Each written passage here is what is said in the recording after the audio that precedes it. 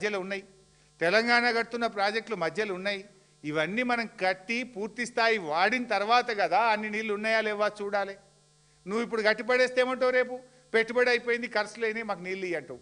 Already project కట్టేసినాం నీళ్ళు ఇయ్యని రేపు Godavari tribunal ముందు వాదించే ప్రమాదం ఉంటుంది. అంటే ఇవాళ రేవంత్ రెడ్డి ప్రభుత్వం నోరు బారేసుకోవడమే తప్ప తెలంగాణ ప్రయోజనాలు కాపాడడంలో పూర్తిగా ఫెయిల్ అయిపోయినారు. నేను నేరుగా రేవంత్ రెడ్డిని డిమాండ్ చేస్తున్నా, ఇప్పటికైనా నీ డ్రామాలు ఆపు, ఇక పిచ్చి పిచ్చి డ్రామాలు బంద్ పెట్టి తెలంగాణ నీటి ప్రయోజనాలు కాపాడండి. మీరు మీ చేసే పోరాటంలో మేము కలిసి వస్తాం. అసెంబ్లీలో చిల్లర ప్రసంగాలు కాదు. ఈ గోదావరి బనకచెర్లకు మేము వ్యతిరేకమని, గోదావరి బనకచెర్లకు ఇచ్చిన అనుమతులు రద్దు చేయాలని మేము కమిటీని వెనక్కి తీసుకుంటున్నామని తీర్మానం పెట్టు, ఢిల్లీకి పంపుదాంపా, ధర్నా చేద్దామా, ఢిల్లీలో చెప్పు, పోదాంపా అందరం. ఎవరి ప్రధానమంత్రి కార్యాలయం ముందు చేద్దామా, జంతర్ మంతర్లో చేద్దామా, నీటిపారుదల శాఖ మంత్రి దగ్గర చేద్దామా? ఈ ఎట్లా పర్మిషన్లు ఇస్తారు గోదావరి బనకచెర్లకు? తెలంగాణ ఒప్పుకోకుండా ఏ రకంగా అనుమతులు ఇస్తారో సిడబ్ల్యూసీ ఆఫీస్ కాడ ధర్నాలు చేద్దాంపా. ఏం నిద్రపోతున్నారా మీరు? గుడ్లప్పగిచ్చి చూస్తున్నారా మీరు?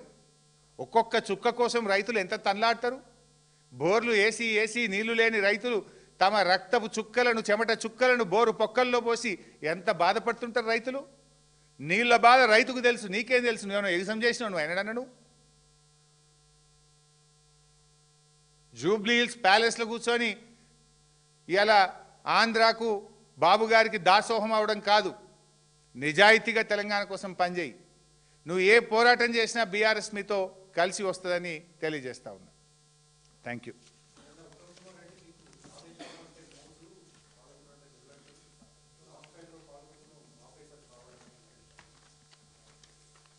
పాలమూరుపై పగబట్టిందే రేవంత్ రెడ్డి. కాళేశ్వరంపై కక్షగట్టిండు, పాలమూరు మీద పగబట్టిండు రేవంత్ రెడ్డి. పాలమూరు మీద మేము 7 అనుమతులు తెచ్చినాం. నువ్వు వచ్చిన తర్వాత డిపిఆర్ వాపస్ వచ్చింది. మేమేమో 37,000 కోట్లు ఖర్చు పెట్టినాం. 27,000 కోట్లు ఖర్చు పెట్టినాం. 27,000 ఎకరాల భూమి సేకరించినాం. 7 అనుమతులు తెచ్చినాం. రేవంత్ రెడ్డి ఏం చేసినావు? డిపిఆర్ వాపస్ వచ్చింది. నువ్వు పాలమూరు మీద పగబట్టినావు, కాళేశ్వరం మీద కక్ష కట్టినావు. నీళ్ళు తెచ్చుకునే అవకాశం ఉండగా, చిన్నపాటి మరమ్మతు చేసే అవకాశం చేయకుండా, పంట కాలువలకు 400-500 కోట్లు ఇస్తే 2-3 లక్షల ఎకరాలు పడుతుంది కాళేశ్వరంలో. 400-500 కోట్లు కూడా ఇవ్వకుండా కాళేశ్వరం మీద కక్ష కట్టింది రేవంత్ రెడ్డి. ఇంకా ఉల్టా మాట్లాడుతుండు. Thank you.